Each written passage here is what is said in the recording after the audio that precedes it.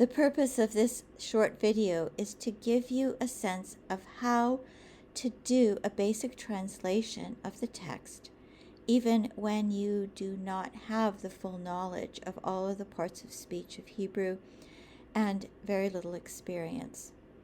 Some of you, I know, were confused by exegetical assignment number 1. And so this is to help you sort of redo perhaps your translation for that exercise, or do it if you have not yet done it. Now, to begin, you want to go to Accordance Preferences, click on Instant Details, and make sure that everything, all of these except abbreviations are checked. That way, Instant Details will give you all the information that you need. Then, turn on Instant Details. Instant Details can be used at the bottom. It can be used at the side. And it can be used as a box that you can move around the screen. It's up to you. It's totally whatever you find helpful. For our purposes here, so that you can see it right in the screen, I am going to have the Instant Details box sort of floating around so you can see all of the details of the text as it comes up. As we begin our translation, you will simply hover over each part of the word and get a definition and jot it down as you go along. Don't worry at this point about making it smooth English. That will come later. So we have in at with, so in, beginning, and notice the ESVS. This is the English Standard Version, and it will give you sort of a standard translation. This will not be adequate for later on in the class, but for right now, when you're still beginning, this will give you a good sense of the passage. Notice that the Instant Details gives you the Hebrew word, the transliteration. The root tells you that it's a noun, common, feminine, singular construct. Pay attention to construct, and then gives you definitions. Going on to the next word, we notice it's a verb. You've only maybe just begun to learn about verbs.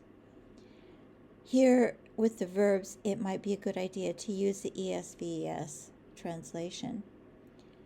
The next word is God. Now notice that the subject of the verb in Hebrew very often follows the verb. This is very different from English. So you don't translate in the beginning, He created God. Rather, in the beginning, God created. Okay, so you kind of have to make a backwards move. Going on, we notice this says particle object, no translation. The heavens and, no translation, the earth. So in much of the biblical text, it'll be kind of pretty straightforward. Sometimes it gets trickier, but hopefully I won't have given you any of the real tricky ones. And the earth, look at the ESVS, was tohu, formless, empty, chaos, and bohu, void, and dark or darkness, upon, face of, notice the construct, you have to provide the word of, to home, deep.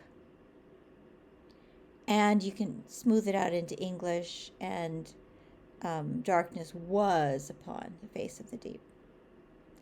And the Spirit of God,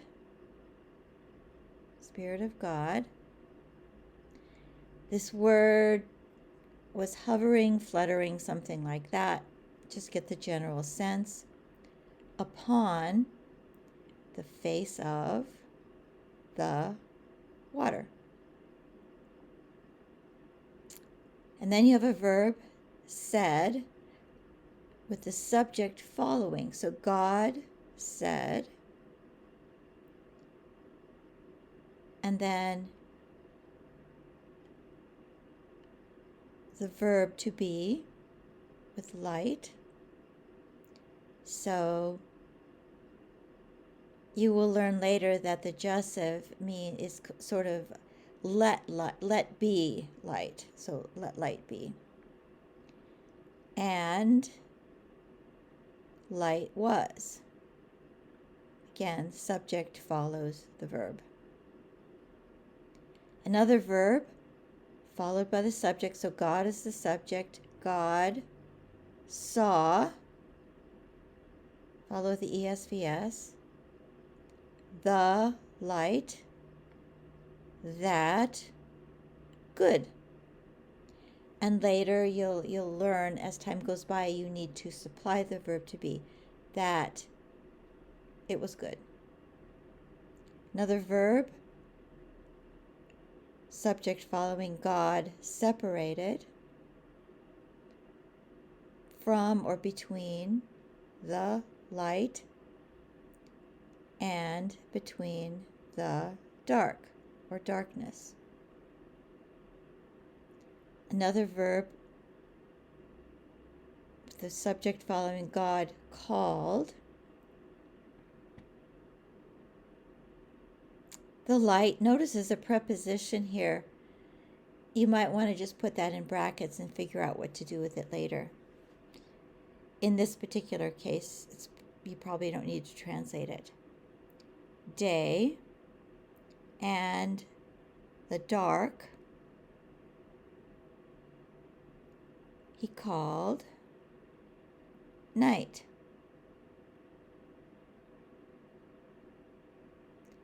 And the verb to be, evening it was, or it was evening, and it was morning. You won't know necessarily how to translate the verbs right away.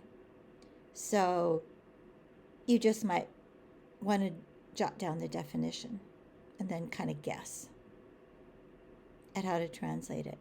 For right now, I expect you won't do very well with translations, but I want you to try. Okay, so day, and then the word one, or first.